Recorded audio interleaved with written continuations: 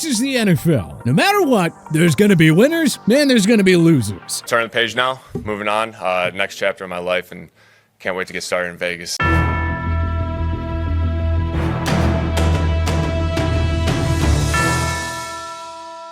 Today, let's dive into the 5 absolute worst moves of the 2023 NFL offseason thus far, as well as the 5 best. Worst, Raiders roll the dice on Jimmy Garoppolo. We understand the Las Vegas Raiders' decision to cut ties with Derek Carr. You can only be mediocre with the same quarterback for so long, and it made perfect sense for both sides to seek fresh starts. But replacing Carr with an inferior and extremely injury-prone Jimmy Garoppolo was interesting, to say the very least. The Raiders signed the ex-San Francisco 49ers signal caller to a 3-year pact worth $67.5 million. Vegas head coach Josh McDaniels, who was previously the Patriots offensive coordinator, worked with Garoppolo in New England from 2014 to 2017. Surely McDaniels was keen to find a QB who would fit better in his offense. You might look at Jimmy G's 40-17 career record and scream, wow! But can we take a second to remind you that he was playing in Kyle Shanahan's QB-friendly system that just turned Mr. Irrelevant Brock Purdy into a star? Garoppolo has a lot of weapons in Vegas, namely Josh Jacobs and Devontae Adams, but he won't be supported by a top 5 offensive line and a top 3 defense. Do the Raiders seriously think that he's a big enough upgrade over Carr that he'll actually push them to a whole new level in the crowded AFC? The Raiders have been fine with mediocrity for a while, so I guess it only makes sense they'd replace one mediocre quarterback with another. Best. Dolphins bring Ramsey Island to South Beach. Miami won 9 games and ended a 6-year playoff drought in 2022 despite fielding an uninspiring defense that finished 24th in scoring and 27th against the pass. So, what did GM Chris Greer do? Oh, he only went out to acquire the NFL's best cornerback, at least of the last 5 years, in Jalen Ramsey. The Dolphins only had to give up the number 77 selection and a seldom used tight end Hunter Long for a corner that already has a Hall of Fame resume. Ramsey will join the Miami secondary led by fellow Pro Bowl corner Xavier Howard and underrated safety Javon Holland. Ramsey is a complete difference maker, capable of constantly locking down the opposition's top receiver while also flourishing as an occasional pass rusher. He's one of the game's best corners against the run too, and GM Vic Fangio can even deploy him as a safety when necessary. Miami has to deal with the likes of Patrick Mahomes, Josh Allen, Justin Herbert, and Joe Burrow in the AFC. Ramsey is the closest thing to an equalizer when it comes to beating high-powered passing games. An absolute win by a Miami team that should make a serious push for the AFC East crown, and maybe even more in 2023.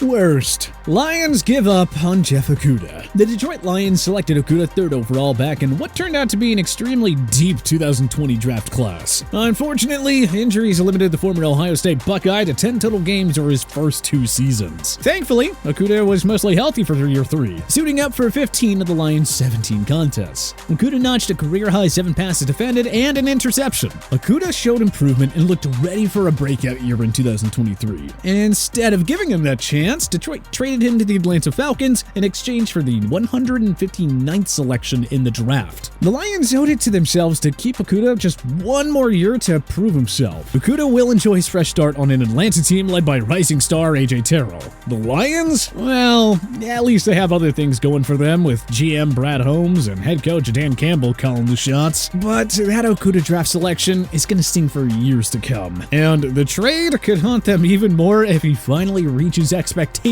in Atlanta. Best. Cowboys cooks up a trade for stud Brandon. The Dallas Cowboys won 12 games and throttled Tom Brady's Tampa Bay Buccaneers in the GOAT's final game, but their season ended with a loss to the 49ers in the divisional round. Somewhat impressive, considering that CeeDee Lamb was the team's only legitimate receiving threat last year.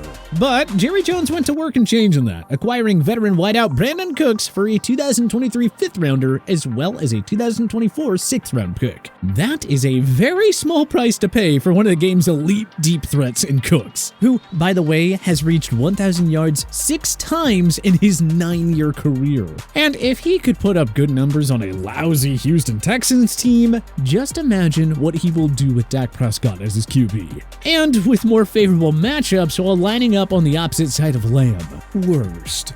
Panthers overpay for Miles Sanders. Sanders had a career year for the Philadelphia Eagles in 2022, recording 1,269 rushing yards and 11 touchdowns. His efforts helped the Eagles to a Super Bowl 57 appearance where they narrowly fell to the Kansas City Chiefs. But maybe, just maybe, much of Sanders' production had to do with playing behind football's best offensive line, and, playing with Jalen Hurts, Devontae Smith, A.J. Brown, and Dallas Goedert kinda helped. But nonetheless, the Carolina Panthers handed Sanders a 4-year contract worth $25.4 million. Or, Carolina could have just kept Deontay Foreman, who rushed for 914 yards and 5 touchdowns. Why overpay for a running back, especially when you could have kept the one you already had for so much cheaper? Oh well, good luck Carolina, you are gonna need it. Best, 49ers pulled double whammy with Javon Hargrave signing. Injuries to Brock Purdy and Josh Johnson in the NFC Championship game meant the 49ers had no fighting chance against Philadelphia. But fear not, 49ers fans, your team will be back. The 49ers had the NFL's top defense last year, and they just made it better by signing one of the game's premier defensive tackles in Javon Hargrave. The ex-Eagle signed a 4-year pact worth $84 million, giving the 49ers another dangerous weapon to complement superstars Nick Bosa and Fred Warner. This was a double whammy for GM John Lynch, too, because they also signed away a key player from their main competitors in the NFC. Hargrave racked up a career-high 11 sacks, and according to Pro Football Focus, he had the third-best pass rushing grade among interior defensive linemen. Only Chris Jones and Dexter Lawrence had better grades than Hargrave, by the way. So, yeah, the league's best defense might be even better in 2023. Unfair, we know. Worst, Falcons hand Jesse Bates III $64.02 million. The Falcons have had one of football's worst pass defenses for a while, and GM Terry Fontenot entered the offseason with plenty of cap space. So what's the issue with throwing $64.02 million at Jesse Bates III over 4 years? Well, you see, the problem is that Bates isn't really that good. But the Falcons are paying him like he's an All-Pro.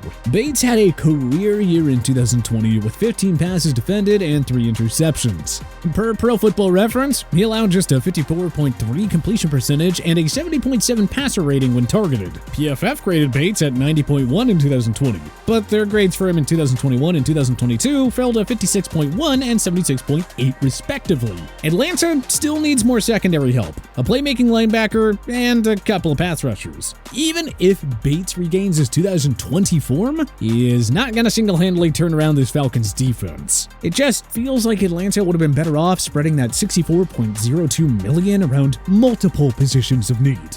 Best, Bengals snag Orlando Brown Jr. Last year, their star offensive tackle turned down a lucrative 6-year contract offer from the Chiefs worth $139 million.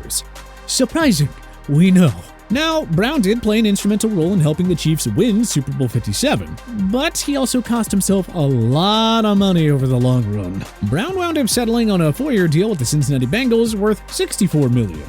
Not ideal for Brown and his agent, but it is a huge win for the Bengals. To land one of football's premier blockers for well below market value, and to sign him away from your main AFC competitors who narrowly defeated you in the conference championship game, Joe Burrow has had 2 MVP caliber seasons behind 2 crappy offensive lines. Brown is going to single-handedly upgrade that unit and give Burrow even more time to pick defenses apart.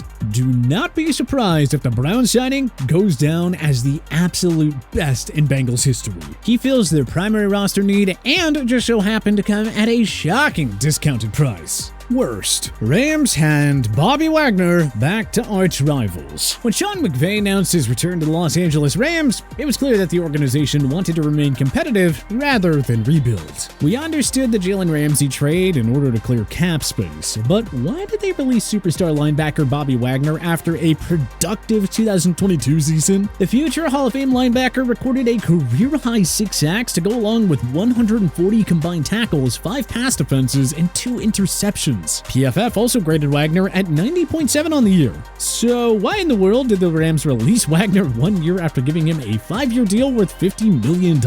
And to make matters worse, they watched him rejoin the arch-rival Seattle Seahawks on a cheap 1-year deal. So the Rams made themselves worse by releasing a core player and allowed their main foes to get even better. This is one of the few times where we really gotta question the Rams and their annual all-in approach. Best. Saints buy a new car. The New Orleans Saints tried going all in last year, picking up Jarvis Landry and Tyrann Mathieu in free agency while also surrendering their 2023 first-round pick for one of the Eagles' 2022 first-rounders. Needless to say, that approach didn't really work. They finished a disappointing 7-10, the franchise's first losing season since 2016, and in the process, they missed out on the NFC South crown by 1 game. But that didn't stop GM Mickey Loomis and head coach Dennis Allen from rebuilding, though. With Tom Brady retiring, there was a clear opening to stay aggressive this offseason. So, they signed ex-Las Vegas Raiders quarterback Derek Carr to a 4-year deal worth $150 million. Say what you want about Carr's up-and-down play, but he was dealt a bad hand in Vegas. Pardon the cheesy pun. In New Orleans, he has Chris Olave, Michael Thomas, Juwan Johnson, Alvin Kamara, and free agent pickup Jamal Williams. Carr will enjoy being supported by a top 10 defense. And did we mention that the Saints play in the NFC South? Carr is absolutely the best QB in the division. And the Saints have the deepest set of weapons and by far the best D among the 4 clubs. Carr has familiarity working with Dennis Allen, who was the head coach in Oakland when the Raiders drafted Carr back in 2014. The Saints also have the second easiest strength of schedule for 2023. So, they should easily win double-digit games and their first division title since 2020. Do not be shocked if Carr has a career year in NOLA. But what do you think are some of the worst and best moves of the 2023 NFL offseason thus far? Let us know in the comment section below. If you like this video and learned a thing or two, clicking the like button helps out a ton. And hey, we appreciate it. If this is your first time coming around to TPS though, subscribing is a great idea because we put out videos like this every single day. But as always, thanks for watching and we'll see you guys next time.